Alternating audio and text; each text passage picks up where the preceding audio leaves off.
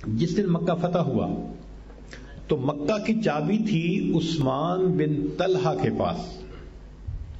نبی اسلام نے پیغام بھیجا کہ بھئی مجھے بیت اللہ کی چابی لا کے دو. چابی آ گئی.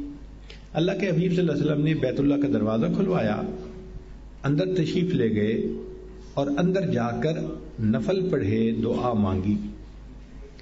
جب نبی علیہ السلام باہر آئے تو آپ نے تالا بند کروایا. اب صحابہ رضی اللہ تعالیٰ عنہ جو قریب قریب تھے نا, ابو بکر صدیق, عمر فاروق, عثمان غنی, علی مرتضیٰ, عباس لانو, یہ سارے قریب قریب تھے, اور ان میں سے ہر بندے کے دل کی چاہت تھی کہ یہ چابی کا ذمہ دار کسی کو تو بنائیں گے نا, تو بیت اللہ کی چابی کا ذمہ دار ہمیں بننے کی سعادت مل جائے. وہ ساتھ ساتھ تھے. نبی علیہ السلام نے جب دروازہ بند کروا دیا تو آپ صلی اللہ علیہ وسلم نے عثمان کو بلایا. عثمان آ گیا, کھڑا ہے. نبی علیہ السلام نے فرمایا, عثمان اس وقت کو یاد کرو جب میں ہجرت کے لیے جا رہا تھا, میرا بڑا جی چاہتا تھا کہ میں بیت اللہ کے اندر جاؤں, اللہ کی عبادت کروں, اور اس وقت میں نے تمہیں کہا تھا کہ دروازہ کھول دو, اور تم نے کھولنے سے انکار کیا تھا. اور عثمان, میں نے تمہیں یہ بھی کہا تھا کہ آج تم میرے کہنے پہ دروازہ نہیں کھول رہے, ایک وقت آئے گا جس حالت میں میں ہوں اس حالت میں تم کھڑے ہوگے, اور جس حالت میں تم کھڑے ہو اس حالت میں میں ہوں گا. اور عثمان, تمہیں میری اس بات پہ غصہ آیا تھا اور میں چلا گیا تھا بغیر بیت اللہ میں داخل ہوئے.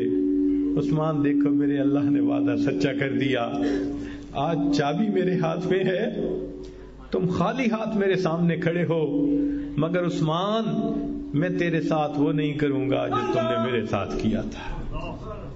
عثمان, میں تیرے ساتھ وہ نہیں کروں گا جو تم نے میرے ساتھ کیا تھا.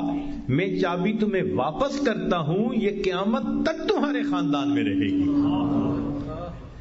اللہ اکبر کبیرہ. یہ عفو درگزر کہلاتی ہے, یہ معافی کی صفت کہلاتی ہے کہ اللہ کے حبیب صلی اللہ علیہ وسلم نے ان لوگوں کو معاف کر دیا کہ کوئی توقع بھی نہیں کر سکتا تھا کہ ان کو معاف کیا جائے گا. یہی وجہ ہے کہ جس دن مکہ فتح ہوا تو مکہ کے سارے سردار نبی علیہ السلام کے سامنے آ کر بیٹھے ہیں, سب مجرم حاضر ہیں. یہ وہ لوگ تھے جنہوں نے مسلمانوں کے مکانات کو قبضے میں لیا تھا, باغات کو یا جائیدادوں کو قبضے میں لیا تھا, اور مسلمانوں کو تکلیفیں پہنچائی تھیں. نبی علیہ السلام کو یاد تھا کہ انہوں نے شیب ابی طالب میں میرے ساتھ کیا کیا. نبی علیہ السلام کو یاد تھا کہ میرے بلال کے ساتھ کیا ہوا. محبوب صلی اللہ علیہ وسلم کو یاد تھا کہ خباب کے اوپر چٹان کیسے رکھی جاتی تھی, داغ ان کو کیسے لگائے جاتے تھے.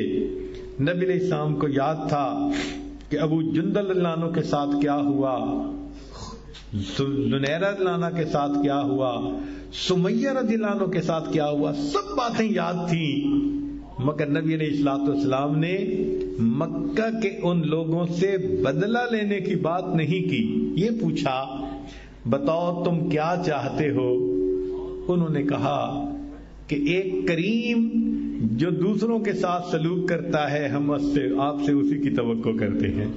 تو نبی علیہ السلام نے فرمایا, اچھا یوسف علیہ السلام کریم تھے, انہوں نے اپنے بھائیوں کی غلطیوں کو معاف کر دیا تھا. جو لفظ یوسف علیہ السلام نے کہے تھے, لا تثریب علیکم اليوم, آج میں وہی لفظ تمہیں کہہ کے تمہاری سب غلطیوں کو معاف کر دیتا ہوں. تاریخ انسانیت نے معافی کا ایسا منظر کبھی نہیں دیکھا ہوگا جو اللہ کے حبیب صلی اللہ علیہ وسلم نے فرمایا. تو نبی علیہ السلام نے تعلیم دی کہ دیکھو دوسرا بندہ غلطی کر سکتا ہے, مگر عظمت اس سے بدلہ لینے میں نہیں, عظمت اس کو معاف کر دینے میں ہوا کرتی ہے. آپ سوچئے کہ یہی تعلیم پھر آگے صحابہ میں چلتی رہی. چنانچہ صحابہ رضی اللہ تعالیٰ عنہ میں بھی معافی کی صفت بہت زیادہ تھی.